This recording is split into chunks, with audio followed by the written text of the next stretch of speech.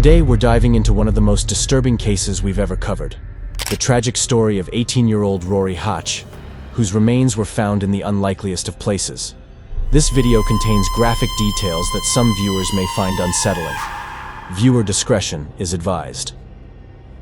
Rory Hashe was just 18 years old when her life took a tragic turn. Coming from a tough background, Rory's father was the founder of the notorious biker gang, Satan's Choice. Despite the rough exterior of her upbringing, Rory was known for her kind heart. However, she faced significant challenges, battling a meth addiction that led to periods of homelessness. Adding to her struggles, Rory was pregnant at the time of her disappearance, making her situation even more heartbreaking. In the days leading up to her disappearance, Rory was seen experiencing what appeared to be a severe mental episode. She was with a friend when something triggered this episode, causing her friend's mother to take Rory to the hospital for evaluation. Tragically, before she could be seen by a physician, Rory left the hospital on her own. This would be the last time anyone saw her alive, marking the beginning of a tragic mystery that would only unravel months later. On September 11th, 2017, an ordinary fishing trip turned into a horrifying discovery. A grandfather and his 11-year-old grandson were fishing along the pier at the Oshawa lakeshore when they noticed something unusual bobbing in the water. As they looked closer, they realized it was a human torso, floating eerily in the lake. Shocked and terrified, they immediately called 911 to report what they had found. The discovery of the torso sparked a major investigation, with authorities working tirelessly to identify the victim and uncover what had happened. As the investigation unfolded, concerns over Rory Hashe's disappearance grew, especially given her last sighting just days before. The grisly find left the community on edge as police tried to piece together the mystery of who this woman was and how she met such a tragic end.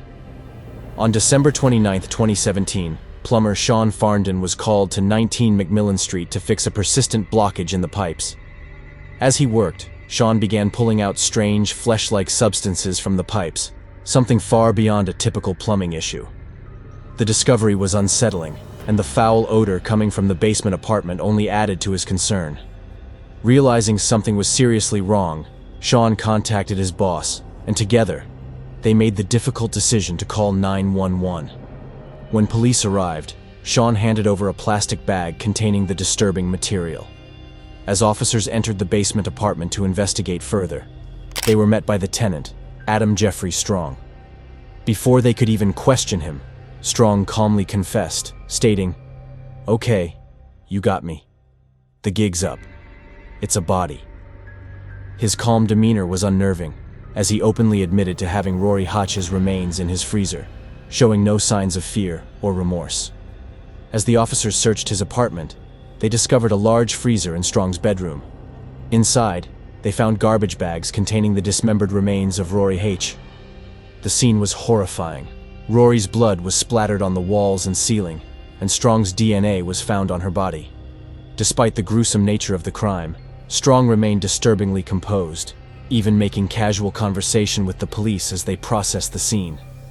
His cold and indifferent behavior only added to the horror of what they had uncovered, painting a terrifying picture of the man responsible for Rory's tragic fate. As investigators delved deeper into Adam Jeffrey Strong's dark secrets, they uncovered a connection to another missing woman, Candace Fitzpatrick. Candace had vanished nearly a decade earlier, in the summer of 2008, when she was just 19 years old. Like Rory Hashe, Candace had faced significant challenges in her young life.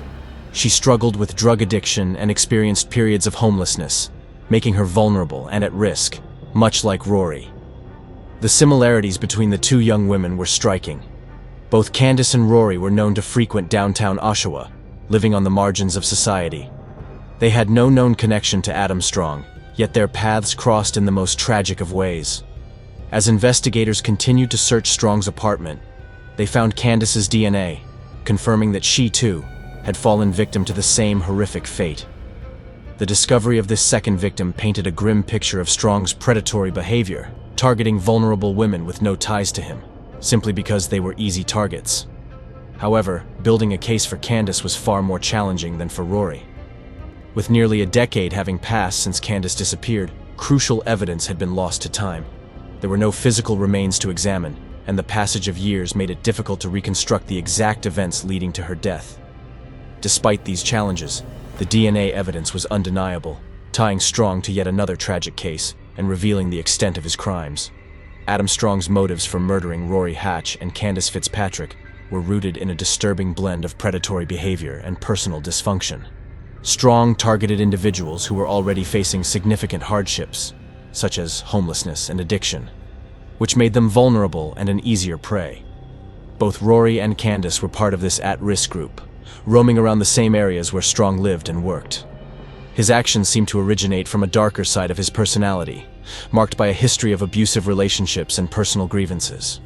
Strong's need to exert control and his predatory tendencies played a central role in his choice of victims. The combination of these factors created a terrifying opportunity for him to act out his violent impulses on those who were most vulnerable. Adam Jeffrey Strong's trial was as chilling as the crimes he committed.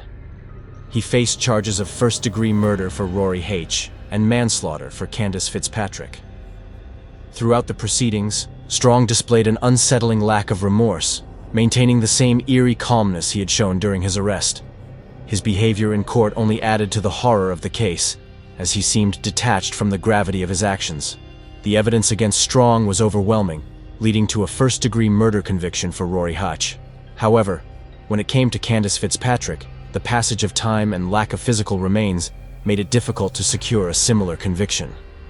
As a result, Strong was found guilty of manslaughter in her case, reflecting the insufficient evidence but acknowledging his role in her tragic fate. In the end, Adam Strong was sentenced to life imprisonment without the possibility of parole. The sentence ensured that he would never be free to harm anyone else. Though justice was served, the loss of Rory and Candace left a deep scar on their families and the community, reminding us all of the profound impact of such senseless violence.